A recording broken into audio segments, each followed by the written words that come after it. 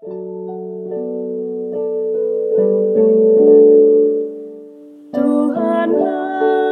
kekuatanku, Tuhanlah nyanyianku, Dialah keselamatanku. Jikalau Dia di pihakku, terhadap siapakah ku gentar?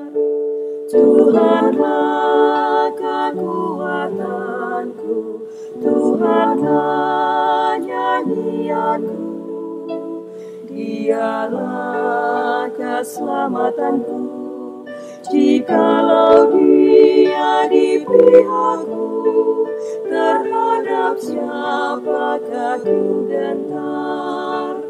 Tuhanlah kekuatanku, Tuhanlah nyanyianku, Dialah keselamatanku.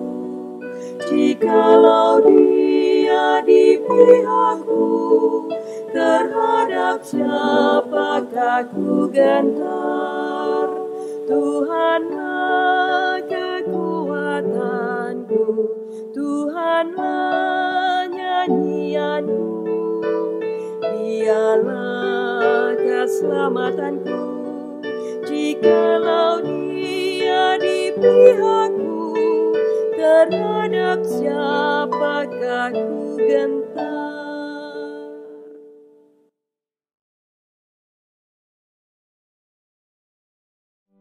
Pembacaan Alkitab Mazmur pasal 148 ayat 11 sampai 13. Hai raja-raja di bumi dan segala bangsa, pembesar-pembesar dan semua pemerintah dunia. Hai teruna dan anak-anak darah, orang tua dan orang muda, biarlah semuanya memuji-muji Tuhan, sebab hanya namanya saja yang tinggi luhur. Keagungannya mengatasi bumi dan langit. Selamat pagi saudara-saudara, selamat Natal juga. Belum terlalu terlambat untuk sekali lagi diucapkan selamat Natal. Saudara-saudara, marilah kita mengawali hari kita dengan membaca dan merenungkan firman Tuhan. Mari kita berdoa. Ya Tuhan Allah kami, Allah yang maha pengasih, terima kasih untuk Kristus anak-Mu yang telah lahir bagi kami, yang membawa damai dalam hidup kami, yang menjadi firman yang hidup dan teladan bagi iman kami. Kalau hari ini kami mau membaca dan merenungkan firman Tuhan, mampukan kami untuk mengerti, bukan dengan akal budi kami saja sebagai manusia, tetapi dalam pimpinan Roh Kudus yang memberikan kami hikmat dan pengertian. Dalam nama Tuhan kami Yesus Kristus kami berdoa, amin. Saudara-saudara, pembacaan Alkitab hari ini diambil dari Injil Matius pasal 12 ayat 46 sampai 50. Demikian. Ketika Yesus masih berbicara dengan orang banyak itu, ibunya dan saudara-saudaranya berdiri di luar dan berusaha menemui Dia. Maka seorang berkata kepadanya, "Lihatlah, ibumu dan saudara-saudaramu ada di luar dan berusaha menemui engkau." Tetapi jawab Yesus kepada orang yang menyampaikan berita itu kepadanya, "Siapa ibuku dan siapa saudara-saudaraku?" Lalu katanya sambil menunjuk ke arah murid-muridnya, "Ini ibuku dan saudara-saudaraku. Sebab siapapun yang melakukan kehendak Bapakku di sorga, dialah saudaraku laki-laki, dialah saudaraku perempuan, dialah ibuku." Demikian pembacaan firman Tuhan. Saudara-saudara, apakah mungkin kita membuat salah seorang dari anggota keluarga kita sebagai bukan lagi anggota keluarga kita? Rasanya sulit ya untuk dibayangkan atau sulit untuk dilakukan. Saudara-saudara, bahkan menurut hukum yang berlaku di Indonesia, kalau ada orang mengadopsi anak, lalu di kemudian hari dia menyesal, entah karena anaknya mungkin nakal atau karena apalah gitu, lalu dia mau membatalkan adopsi anak tersebut, secara hukum ternyata tidak bisa.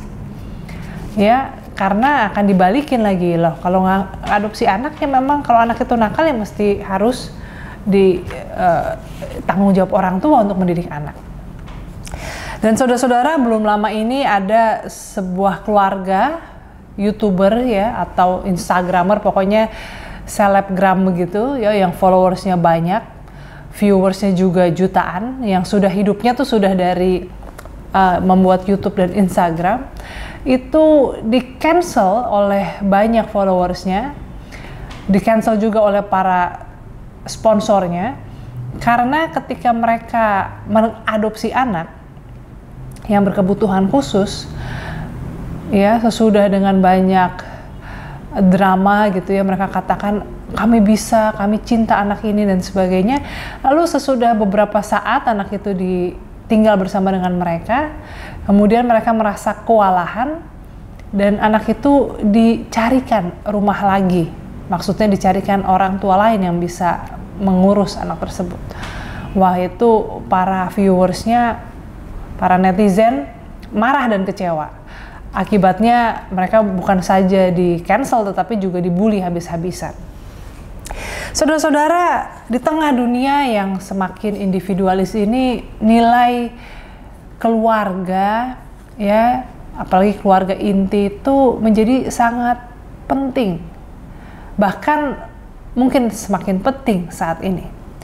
Nah, oleh karena itu bagaimana kita memahami ketika Yesus berkata, ketika ibu dan saudara-saudara yang mencari dia, Yesus berkata, siapa ibuku, siapa saudaraku? Lalu dia menunjuk orang lain, ini ibuku, ini saudaraku, yaitu mereka yang melakukan kehendak Bapakku di sorga. Saudara-saudara, apa yang terjadi? Apakah Yesus menolak keluarganya? Apakah saat itu mereka sedang marahan?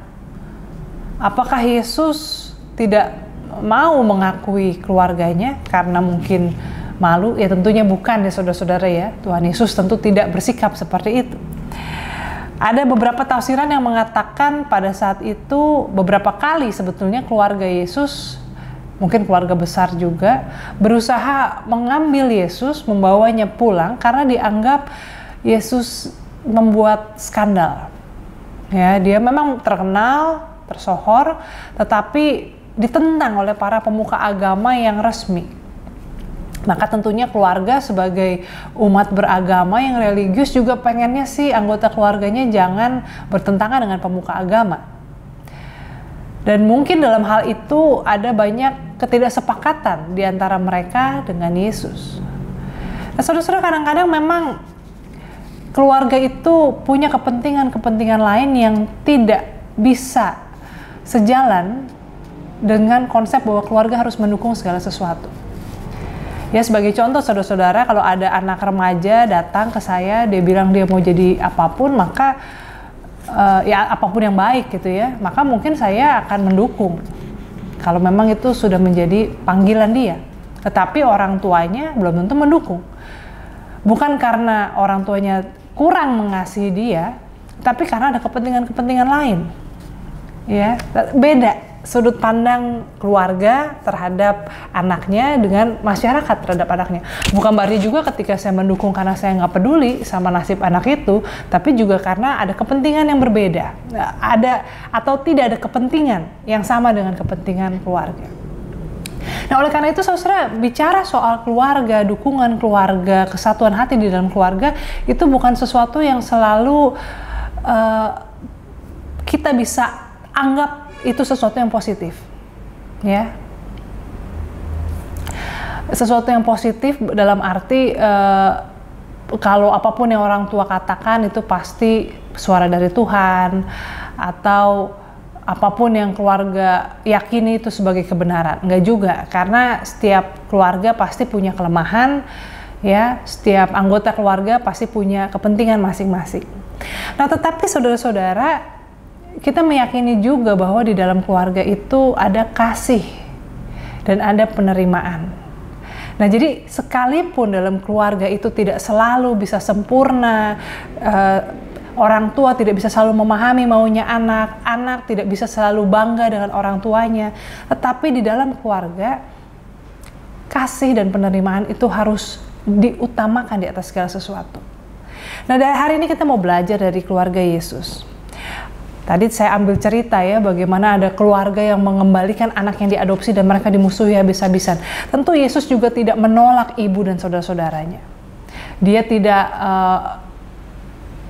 menyangkal ya, seperti malin kundang menyangkali ibunya. Tetapi bahkan kalau kita lihat di kemudian hari ketika Yesus disalib, ibunya ada di situ. Dan Yesus berkata kepada muridnya Yohanes, mulai hari ini ibuku adalah ibumu. Ya, tolong rawat dia.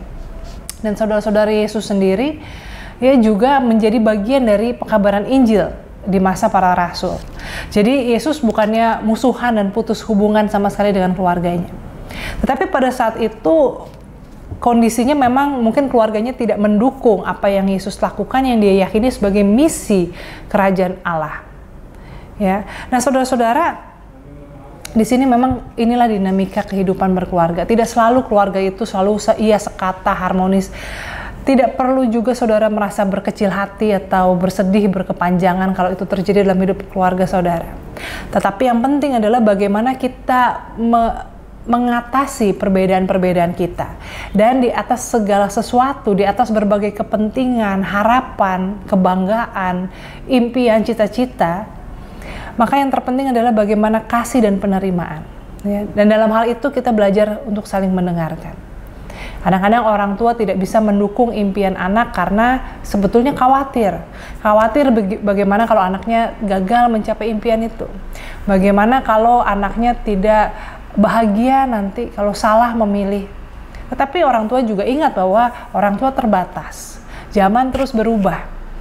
Coba zaman dulu mana kepikir orang bisa hidup dari jadi YouTuber, ya. Tapi tentu saudara-saudara, memang segala sesuatu juga harus diuji dan diperiksa ya. Jadi nggak semua orang misalnya bisa jadi bintang K-pop, nggak bisa semua orang bisa sukses menjadi pengusaha atau apapun. Tetapi belajar untuk mendengarkan dan tidak memaksakan kehendak. Nah, saudara, Tuhan Yesus berkata, yang menjadi ibuku dan saudaraku adalah mereka yang melakukan kehendak Bapakku di sorga. Di sini Yesus menunjuk kepada murid-muridnya, kepada orang-orang yang mengikut dia dan mendukung dia. Dan di sini sekali lagi kita lihat yang penting adalah bagaimana orang berusaha untuk mengerti, punya kesehatian, dan juga untuk mendukung, melakukan apa yang saling sepakat gitu ya, bukan sepakat harus selalu sekata, nggak boleh berbeda pendapat, tetapi ke arah tujuan yang sama. Oleh karena itu saudara-saudara, menjelang tutup tahun nih 2020, biasa ini di saat-saat libur ya, yang work from home juga kan, yang study from home juga semuanya libur, istirahat. Mari kita gunakan waktu ini untuk juga sebagai keluarga kita duduk bersama ya, untuk membicarakan apa impian-impian di tahun yang akan datang dan bagaimana impian-impian tersebut juga tidak dipadamkan ya, tidak menjadi sumber pertengkaran, tetapi bagaimana kita saling mendukung, saling mendengar. Dan sekali lagi ya, apa yang terjadi antara Yesus dan keluarganya ini adalah suatu dinamika dalam keluarga, karena kemudian Yesus dan keluarganya berjalan bersama. Nah, dalam naik turunnya sukacita, duka cita kehidupan berkeluarga, mari kita berusaha untuk tetap saling mengasihi, belajar untuk saling mengerti, dan juga bisa saling mendukung. Tuhan memberkati kita. Amin. Mari kita bersatu di dalam doa. Ya Tuhan Allah kami, pada saat ini kami mau mengucap syukur kepadamu untuk kehidupan yang Engkau karuniakan kepada kami. Biarlah kiranya hidup ini boleh kami isi dengan menjadi anak-anak Tuhan yang setia, melakukan apa yang menjadi firman Tuhan, sehingga hidup kami bukan saja terpelihara, tetapi juga boleh menjadi berkat dan menjadi kabar baik bagi sesama kami. Tuhan, pada saat ini kami juga sebagai umat percaya bersatu hati mau mendoakan pergumulan kami bersama dalam pandemi COVID-19 ini. Kami mau berdoa Tuhan untuk kerjasama antara pemerintah pusat, daerah setempat dalam menanggulangi pandemi ini. Biarlah kiranya Tuhan berikan mereka hikmat dan kemampuan untuk mengendalikan penyebaran virus, dan biarlah kiranya Tuhan Kau juga yang memimpin mereka untuk boleh membuat kebijakan-kebijakan yang tegas dan yang tepat. Kami juga berdoa Tuhan untuk para pekerja medis, apapun posisi mereka, dimanapun mereka berada, agar mereka bisa tetap melakukan tugas mereka dengan sukacita, dengan penuh semangat. Dan Tuhan, biarlah kiranya Kau memberikan mereka kesehatan, menjauhkan mereka dari segala mara bahaya. Dan biarlah kiranya Kau berkati pekerjaan mereka, agar pekerjaan mereka bisa membawa kesembuhan dan pemulihan bagi mereka yang sakit. Untuk itu kami juga mau berdoa ya Tuhan untuk tim medis di Poliklinik GKI Surya Utama secara khusus. Biarlah kiranya Tuhan Engkau yang memakai saudara-saudara kami ini, Engkau juga yang memberikan mereka perlindungan-Mu, sehingga dengan sukacita, dengan tenang mereka boleh melakukan tugas panggilan mereka. Saat ini Tuhan, kami juga mau berdoa untuk pergumulan kami pribadi lepas pribadi. Biarlah kiranya Tuhan Engkau Allah yang maha mendengar, Allah yang maha mengetahui, Allah yang maha kuasa dan maha pengasih. Biarlah kiranya Tuhan Kau yang mendengar doa setiap kami, dan Kau yang memberi jawab seturut dengan kehendak-Mu. Dan Tuhan, menjelang tahun yang hampir berakhir ini, biarlah kiranya kami juga boleh mengevaluasi diri kami, memeriksa diri kami, sehingga memasuki tahun yang baru 2021 nanti, kami boleh semakin matang, semakin dewasa, semakin menjadi pribadi yang diperbaharui, dan juga menjadi pribadi-pribadi yang mengisi hidup dengan penuh makna. Terima kasih ya Tuhan untuk segala sesuatunya. Biarlah kiranya hanya ke dalam tangan-Mu saja kami serahkan doa kami ini. Dalam nama Tuhan kami Yesus Kristus kami berdoa. Amin.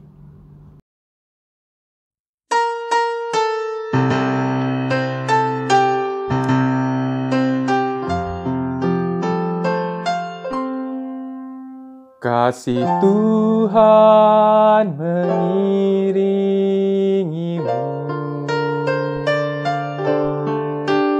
dan sayap-Nya melindungimu.